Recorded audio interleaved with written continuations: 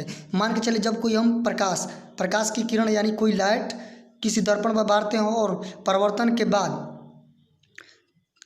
परावर्तित किरण एक दूसरे को जिस बिंदु पर सब जो वहाँ से परावर्तित किरण जिस बिंदु पर काटेगी उसको हम लोग क्या बोलेंगे, प्रतिबिंब बोलेंगे। क्या बोलेंगे, प्रतिबिंब, यानी जो हम लोग का इमेज बन जाता है उसी को प्रतिबिंब बोलते हैं। तो आपको ये याद रखना है। तो फिर चलिए नेक्स्ट देखते हैं ये कितने प्रकार का होता है।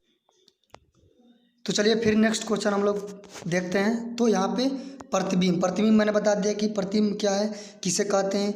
तो प्रतिबिंब कितने प्रकार के होते हैं। तो प्रतिबिंब निम्नलिखित 2 प्रकार के होते हैं। कौन कौन, रियल इमेज और वर्चुअल इमेज। रियल इमेज यानी वास्तविक प्रतिबिंब और वर्चुअल इमेज मीन्स काल्पनिक प्रतिबिंब।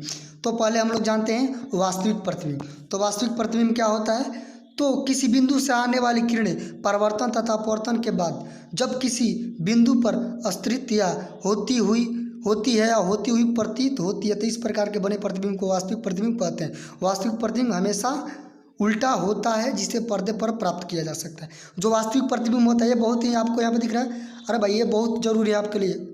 अरे कहाँ चल दिए, अरे भाई पूरा वीडियो देख के जाइए। अरे बीच में भागेंगे तो कुछ फ़ायदा नहीं होगा। पूरा वीडियो को वॉच करिए तब मालूम हो जाएगा कि आपको कैसा लगा कैसा नहीं लगा। पूरा देखिए कैसा भागने में क्या वाला है। तो ये आपके लिए बहुत ज़रूरी है। ये पूछता एग्जाम में कि जो वास्तविक प्रतिबिंब बनता है वो कैसा बनता है, उल्टा बनता है या कि सीधा बनता है। तो ये हमेशा उल्टा बनता है। और क्या ये इसे पर्दे पर प्राप्त किया जा सकता है और काल्पनिक प्रतिबिंब को आगे बताते हैं उसको नहीं प्राप्त किया जा सकता है। तो आगे चलते हैं, इसको देखते हैं काल्पनिक प्रतिबिंब क्या होता है, वर्चुअल इमेज। तो यहाँ पे काल्पनिक यानी वर्चुअल इमेज क्या है, काल्पनिक यानी वर्चुअल इमेज की बात करते हैं हम। तो काल्पनिक प्रतिबिंब क्या होता है, मैंने आपको रियल इमेज बता दिया, फिर एक काल्पनिक बता रहा हूँ। क्या है काल्पनिक, मैं एक कोई दूसरा ले लेता हूँ जिससे अच्छा दिखे। ये भी मज़ा नहीं आ रहा, यही ठीक है, रेड वाला ठीक है। चलिए रेड वाला ठीक। तो चलिए पूरा वीडियो को देखिए, ध्यान से देखिए। काल्पनिक प्रतिबिंब यानी वर्चुअल इमेज किसी वस्तु से आने वाली किरणें परावर्तन तथा अपवर्तन के बाद किसी दूसरे बिंदु से अस्थित होती है या होती हुई प्रतीत होती है। तो इस प्रकार के बने प्रतिबिंब को आभासी या काल्पनिक को आभासी भी कहते हैं। ये नहीं कि आप पूछ दिए आभासी प्रतिबिंब किसे कहते हैं तो एग्जाम में नहीं लिखा है तो क्या गलती हो जाएगा, ठीक है। तो आभासी या काल्पनिक लिख ही कराना है भाई, याद करना है। आभासी हो है, काल्पनिक हो है, वर्चुअल हो, सब एक ही होता है, तो याद रखना। तो उसे क्या कहते हैं, काल्पनिक प्रतिबिंब कहते हैं, आभासी प्रतिबिंब कहते हैं। या प्रतिबिंब हमेशा सीधा, ये याद रखिएगा, ये बहुत इंपॉर्टेंट है भाई। भाई सुनिए, ये जो आभासी प्रतिबिंब होता है क्या, ये सीधा होता है और क्या ये इसे पर्दे पर नहीं प्राप्त किया जा सकता है। जो काल्पनिक, जो मैंने बताया कि जो रियल इमेज होता है यानी जो वास्तविक होता है उसको हम लोग प्राप्त कर सकते हैं, उसे पर्दे पर नहीं प्राप्त कर सकते हैं, मगर वो सीधा बनता है। ये हमेशा क्या बनेगा, ये सीधा बनेगा, वो उल्टा बनता है, ये सीधा बनेगा और क्या इसे प्राप्त नहीं कर, इसे सीधा देखेंगे मगर प्राप्त नहीं कर सकते, उसे उल्टा देखेंगे मगर प्राप्त कर सकते हैं। जैसे प्रोजेक्टर पर देखते हैं ना, सीधा दिखता है। चलिए नेक्स्ट अगला देखते हैं क्या होने वाला हम लोग को। चलिए 3 नंबर क्वेश्चन देखते हैं क्या है। तो 3 नंबर क्वेश्चन क्या आपके सामने शो हो रहा होगा। गोलीय दर्पण स्फेरिकल मिरर, गोलीय दर्पण स्फेरिकल मिरर क्या है। तो क्या है, जिस दर्पण का परावर्तक सतह गोल हो। ये बहुत आसान, आप याद कर सकते हैं भाई, कोई भारी ये डिफिनेशन है कि याद नहीं कर सकते हैं कि नानी याद ना आ जाए। अरे बहुत ईजी है, याद कर सकते हैं। जिस दर्पण का परावर्तक सतह गोल हो, गोल माने का है भंटा जैसा गोल हो, उसे गोलीय दर्पण कहते हैं, स्फेरिकल मिरर कहते हैं, इंग्लिश भी याद रखिएगा। तो गोलीय दर्पण कितने प्रकार का होता है, तो ये 2 प्रकार का होता है। गोलीय दर्पण कितने प्रकार के होते हैं, 2 प्रकार के होते हैं। अवतल दर्पण, उत्तल दर्पण, अवतल दर्पण, उत्तल दर्पण, अवतल दर्पण, उत्तल दर्पण। अवतल को कनकेव मिरर, उत्तल को कन्वेक्स मिरर, अवतल को कनकेव मिरर, उत्तल को कन्वेक्स मिरर। आपको ये याद रखना है, पूरा याद रखना है। तो चलिए अवतल दर्पण किसे कहते हैं, उसमें क्या क्या आएगा, चलिए उसको हम लोग वॉच करते हैं, देखते हैं। तो इस वीडियो को पूरा आप जरूर देखिए, अंत तक देखते रहिए। अरे भाई भग कहाँ रहा है, अरे देखिए ना, पूरा देखे जाइए। अवतल दर्पण आता है यानी कन्वेक्स मिरर। तो गोलीय दर्पण का वह भाग जिसका परावर्तक सतह अंदर की ओर धंसा हुआ हो। यह नहीं कि धंसा हुआ कैसा धंसा, मैं चित्र आपको दिखाऊंगा, मैं इमेज आपको शो कराऊंगा, भागिए मत। दर्पण कहते हैं जिसका भाग गोलीय वह दर्पण जिसका भाग परावर्तक सतह अंदर की ओर धंसा हुआ, धंसा यानी अंदर की ओर अंदर गया हो, उसे दर्पण कहते हैं अवतल दर्पण। उत्तल दर्पण किसे कहते हैं? तो गोलीय दर्पण का वह भाग जिसका परावर्तक सतह बाहर की ओर उभरा हुआ हो। उत्तल दर्पण जो बाहर की ओर उभरा हुआ हो और जो अवतल दर्पण हो जो अंदर की ओर धंसा। अवतल माने का अंदर धंसा हुआ, उत्तल माने का बाहर उभरा हुआ। तो आपको याद रखना, मैं चित्र का अनुसार समझा देता हूँ, आपको पूरा वो समझ में आ जाएगा कंसेप्ट। तो चलिए चित्र को देख। तो ये अवतल दर्पण आपको दिख रहा होगा। मैंने क्या बताया, जो अवतल दर्पण हो जो कि अंदर की ओर धंसा हुआ हो। क्या हो? अंदर की ओर धंसा हुआ हो। तो क्या ये अंदर की ओर धंसा हुआ है, तो इसको कहते हैं अवतल दर्पण। मैंने आपको बता दिया। ये परावर्तक सतह, ये क्या है? परावर्तक सतह, मैंने आपको बता दिया। फिर चलते हैं उत्तल दर्पण को हम लोग देखते हैं।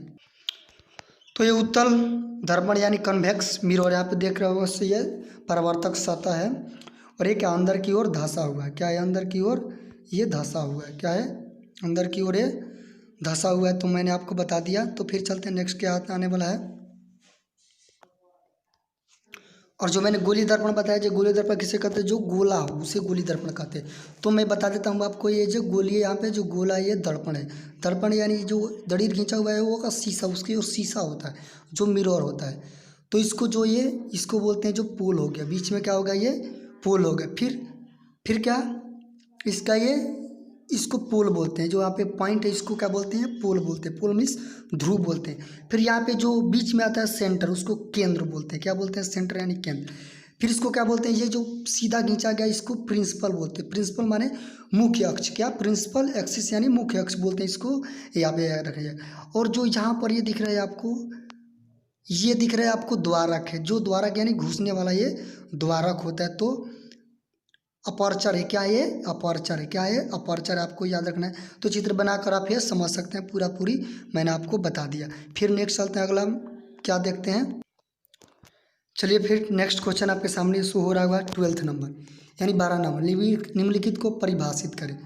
परिभाषित करें यानी क्या? इसको परिभाषा डिफिनेशन लिखना है। ये बहुत ही इंपॉर्टेंट है। जितना भी ये 9 है मैंने बता दिया 9 है, ये बहुत ही इंपॉर्टेंट है। हम लोग पहले इसको समझ लेंगे, उसके बाद हम लोग चित्र पर इसको देखेंगे। तो पहले सबकी परिभाषा मैं बता देता हूँ आपको, उसके बाद चित्र का अनुसार हम लोग समझ लेंगे। तो चलिए पहला क्या पढ़ेंगे? वक्रता केंद्र, फिर ध्रुव, फिर वक्रता त्रिज्या, फिर मुख्य अक्ष, फिर मुख्य फोकस, फिर मुख्य दूरी, फिर फोकस तल, फिर द्वारक, फिर मुख्य कार्य। इस सबको हम लोग लाइन बाय लाइन पढ़ते हैं। चलिए आगे देखते हैं इस वीडियो में क्या होने वाला है। तो पहला क्या है? वक्रता केंद्र। वक्रता केंद्र किसे कहते हैं? गोलीय दर्पण का जिस खोखले गोले का भाग होता है उसे केंद्र को ही वक्रता केंद्र कहते हैं। माने जो गोलीय दर्पण होता है, जो खोखला होता है, जो अंदर की ओर खोखला होता है, गोला भाग होता है, उसके केंद्र को ही वक्रता जो केंद्र होता है उसको ही हम लोग क्या कहते हैं? वक्रता केंद्र कहते हैं। इसका संकेत क्या होता है? जो सी से मैंने बताया ना, सेंटर, सी यानी केंद्र, उसी को सेंटर बोलते हैं। फिर ध्रुव, ध्रुव मैंने बताया आपको। तो ध्रुव किसे को बोलते हैं? तो गोलीय दर्पण के परावर्तक यहाँ पर रहेगा, परिवर्तन सतह के मध्य बिंदु को दर्पण या ध्रुव कहते हैं। इसे पीछे मैंने बताया आपको प्रिंसिपल जो बताया ना, जो प्रिंसिपल होता है उसी को क्या कहते हैं? मैंने पी से प्रिंसिपल, जो जैसे मैं गोला पार दिया था और यहाँ से बीच में से गया था तो उसी को क्या बोलते हैं? इसको प्रिंसिपल बोले हैं, मुख्य अक्ष बोलते हैं। ये आपको याद रखना है, ध्रुव होता है, मैंने बता दिया। फिर थर्ड नंबर वक्रता त्रिज्या। ध्रुव और वक्रता केंद्र के बीच की दूरी को वक्रता त्रिज्या कहते हैं, जिसे आर से हम लोग सूचित करते हैं। फिर चलते हैं नेक्स्ट, अगला क्या आता है। तो फोर्थ नंबर आपको यहाँ पे दिख रहा है मुख्य अक्ष। मुख्य अक्ष मैंने बताया आपको कि क्या होता है? ध्रुव और वक्रता केंद्र के मिलाने वाली रेखा को मुख्य अक्ष कहते हैं। जो होता है ध्रुव, ध्रुव से याद मत पार लीजिए, तो ध्रुव है जो महाभारत में का ध्रुव नहीं, ये ध्रुव है। तो ध्रुव उससे भी याद, महाभारत के अनुसार याद कर सकते हैं। ध्रुव और वक्रता केंद्र के बीच मिलाने वाली रेखा को मुख्य अक्ष कहते हैं। तो मुख्य अक्ष कहते हैं। फिर फिफ्थ नंबर क्या आता है? 5वां नंबर मुख्य फोकस। मुख्य फोकस क्या होता है? गोलीय दर्पण के मुख्य अक्ष के, आपको यहाँ पर उतना समझ में नहीं होगा, मगर मैं चित्र के अनुसार आपको समझाऊंगा तो मैं पूरा विस्तार से वो बता दूंगा, आपको पूरा कंसेप्ट समझ में आ जाएगा। तो आप पूरा ये वीडियो को जरूर देखें। तो गोलीय दर्पण के मुख्य अक्ष के समानांतर आ रही प्रकाश की किरण परिवर्तन के बाद मुख्य उसकी काटती है या काटती हुई प्रतीत होती है, तो उसे मुख्य फोकस कहते हैं। इसे एम से सूचित किया जाता है। एम मैंने यहाँ पे एम लिख दिया हुआ, यहाँ पे एम से सूचित किया जाता है मुख्य फोकस को, एम से मुख्य फोकस को एम से सूचित किया जाता है। चलिए आगे चलते हैं। फिर अगला क्या है, 6 नंबर, फोकस दूरी किसे कहते हैं। तो ध्रुव और मुख्य फोकस दूरी को फोकस दूरी कहते हैं। जो ध्रुव और मुख्य जो फोकस था ना, जो उसके बीच की दूरी जो बनती है उसी को हम लोग क्या कहते हैं, मुख्य फोकस कहते हैं। इसे एफ से सूचित किया जाता है फोकस तल। और उसके बाद आता है 7 नंबर क्या आता है, तो फोकस तल आता है। तो गोलीय दर्पण के मुख्य अक्ष के लंबवत तथा मुख्य फोकस से गुजरने वाले काल्पनिक समतल सतह को फोकस तल कहते हैं, उसको फोकस तल कहते हैं। तो आपको ये याद रखना है, मुख्य फोकस तल उसको। फिर 8 नंबर क्या आता है हम लोग को, तो 8 नंबर आपको यहाँ पे शो हो रहा होगा। 8 नंबर द्वारक मैंने बताया, द्वारक जो अपर्चर जो बताया ना आपको, वहाँ फिर एक बार समझा देता हूँ, उसको समझ में आएगा। द्वारक गोलीय दर्पण की चौड़ाई में क्या आ जाएगा, तो परावर्तक सतह की चौड़ाई। जो परावर्तक सतह होता है, जिसमें परावर्तक होता है, जहाँ पे जो परावर्तक होता है, जो लौट के आ जाता है, परावर्तन होता है ना, परावर्तक जो लौट के आ जाता है उसी को बोलते हैं। तो उसको क्या कहते हैं, गोलीय दर्पण की चौड़ाई को बोलते हैं, क्या बोलते हैं, तो द्वारक बोलते हैं, जो यानी अपर्चर, इसको इंग्लिश में बोलते हैं। फिर 9 नंबर मुख्य काट। गोलीय दर्पण के मुख्य अक्ष से गुजरने वाले तल द्वारा जो काट प्राप्त होता है उसे मुख्य काट कहते हैं, आपको ये याद रखना है, ये आपको याद रखना है।